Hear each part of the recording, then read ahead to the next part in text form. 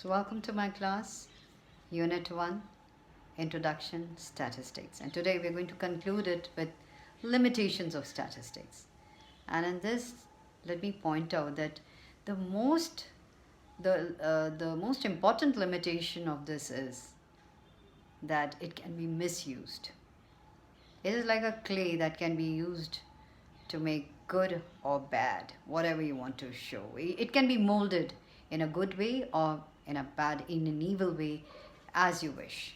So it's very important to handle statistics in a way that brings about the good for all. So talking about, just have a look at the limitations, and because whatever the limitations, we can't do away with statistics, and that is why. Now, the important thing is statistics studies only quantitative facts. One of the important limitations is that it only deals with the quantitative aspects of a problem.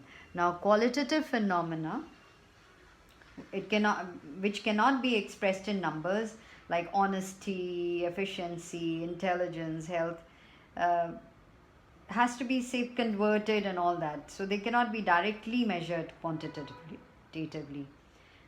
So, as a result, such phenomena are not suitable for statistical analysis.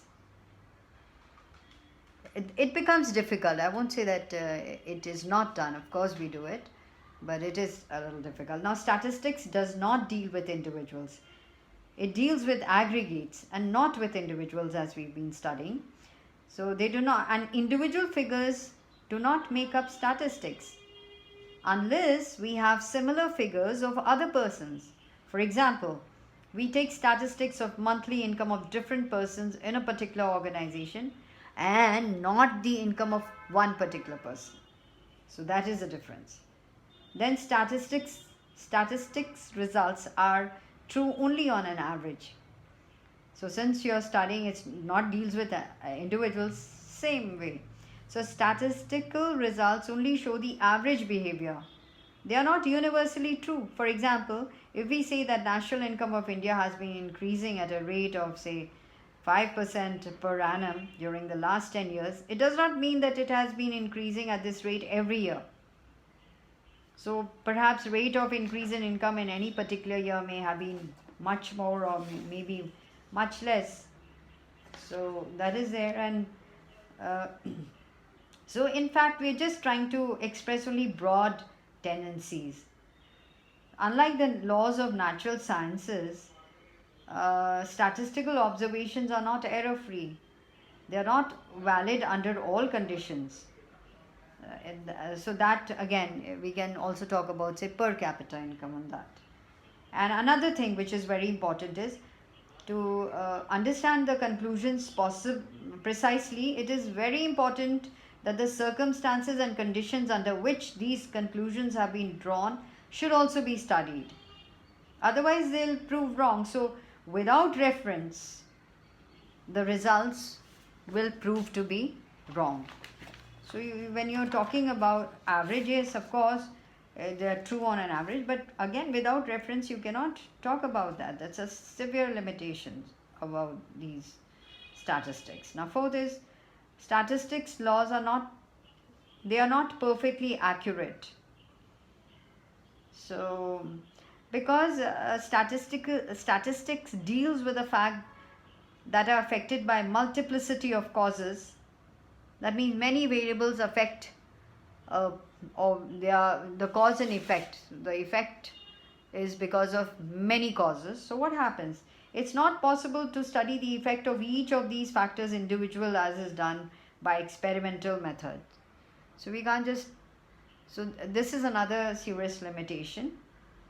And of course, another important is, as I just told you in the beginning, is that statistics can be misused. That means we can draw any type of conclusion according to, say, that suits a purpose and mislead the common man. The government can do that. So this is often done by politicians or even business houses or any government, any private institution. Even if it is a teaching institution, they can quote something which is far from true. And another important thing is that statistical techniques are not so simple. It can be applied by any layman.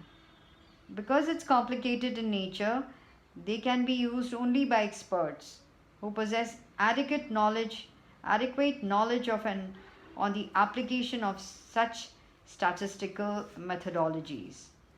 So that is also there. So it can be used only by the experts.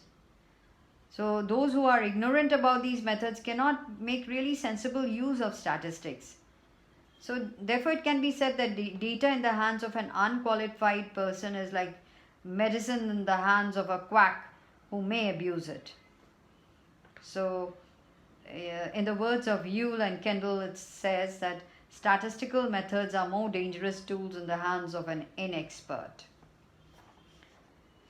So these are the limitations, and if we take care of them, it is statistics indeed is a very important tool for any study that we do. So the question is, what are the limitations of statistics?